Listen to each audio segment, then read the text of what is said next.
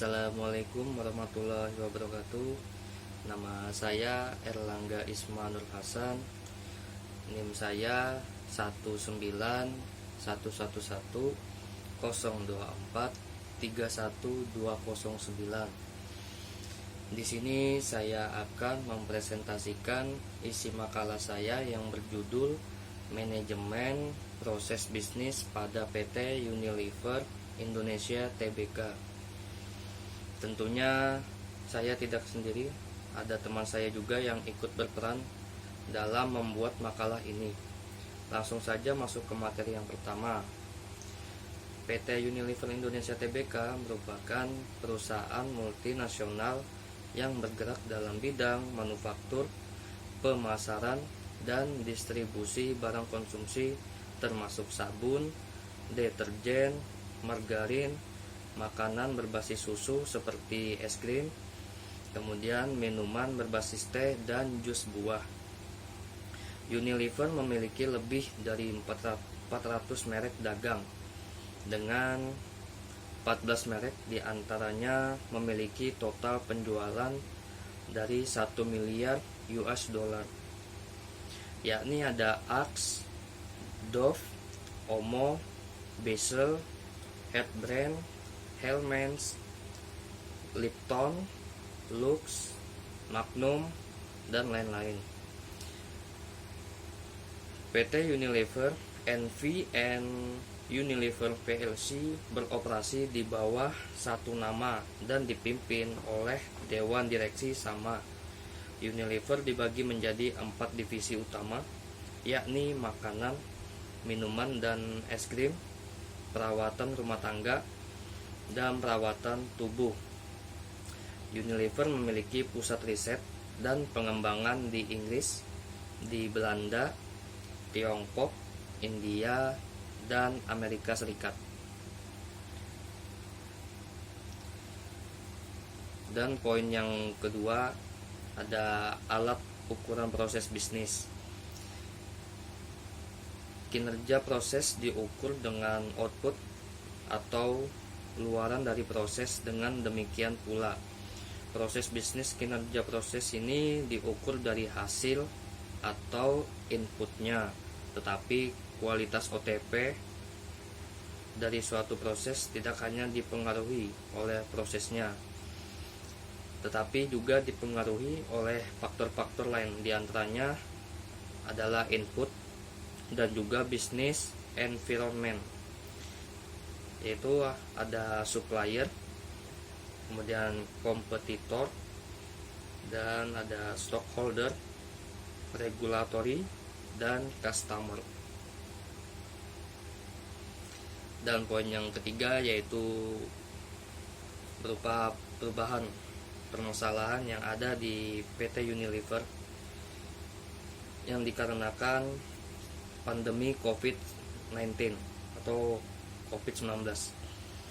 Dengan adanya pandemi COVID-19 yang muncul di seluruh dunia dari akhir tahun 2019 hingga awal tahun 2020 dan mulai meningkat di Indonesia sekitar akhir Maret 2020 kalau nggak salah ya. Perekonomian Indonesia juga ikut terganggu. Situasi ini juga berdampak signifikan pada pasar yang ada, terutama PT dan pasar lain yang terhubung dengan kebutuhan sehari-hari masyarakat. Maka PT Unilever Indonesia Tbk itu sendiri tentunya perlu melakukan analisis atau interpretasi sederhana terhadap data dan informasi yang disajikan dalam laporan keuangan perusahaan. Hal ini untuk mengetahui kinerja manajemen perusahaan selama masa pandemi COVID-19. Berbagai jenis rasio keuangan dapat digunakan untuk pengukuran dan analisis untuk mengukur kinerja keuangan yang bersangkutan dengan menghitung rasio laba. Dapat dilihat pola perubahan laporan keuangan perusahaan selama masa pandemi COVID-19 tahun 2020 serta status dan kinerja keuangan perusahaan. Rasio yang telah dilakukan bab dan diskusikan kinerja PT Unilever Indonesia Tbk dalam 9 bulan terakhir tahun 2020 atau Januari hingga September dinilai cukup baik. Hal ini terlibat dari kemampuan perusahaan untuk meningkatkan nilai rasio profitabilitas secara keseluruhan dalam 3 bulan terakhir. Ketika masyarakat mulai beraktivitas seperti biasa, meski wabah belum berakhir, perusahaan membuktikan kemampuannya untuk merevitalisasi perusahaan dan mensejahterakan pemegang sahamnya.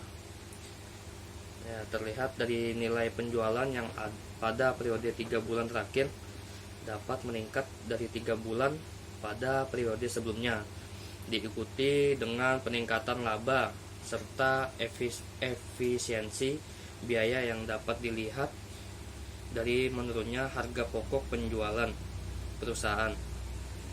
Seluruh nilai rasio profitabilitas yang ada akhirnya meningkat pada triwulan ketiga, menunjukkan bahwa PT Unilever Indonesia Tbk dapat memanfaatkan sumber dayanya dengan efektif untuk dapat menghasilkan keuntungan. Oleh karena itu, berdasarkan perhitungan rasio di atas, dapat disimpulkan bahwa pola perubahan profitabilitas selama masa pandemi fluktuatif namun cenderung dapat kembali meningkat, sehingga dapat dikatakan kinerja manajemen PT Unilever Tbk adalah baik. Sementara itu, saran untuk PT Unilever Indonesia Tbk adalah untuk terus mempertahankan kinerja baiknya. Diharapkan dapat memanfaatkan momen untuk memperluas pasar dan mencari cara untuk dapat memasarkan produk-produknya dengan lebih mudah, terutama di masa pandemi ini, sehingga laba dapat terus meningkat. Selain itu, nilai harga pokok penjualan dan biaya operasional di luar produksi lainnya diharapkan dapat semakin ditekan pengeluarannya, namun tetap memperhatikan kualitas produk yang sudah baik agar tidak kehilangan kepercayaan pelanggan. Pemanfaatan sumber daya aset serta ekuitas perusahaan diharapkan dapat terus optimal untuk meningkatkan kinerja perusahaan. Mungkin itu saja dari saya, yang nantinya akan dilanjutkan oleh teman saya, Ikrar. Waktu dan tempat kami persilakan.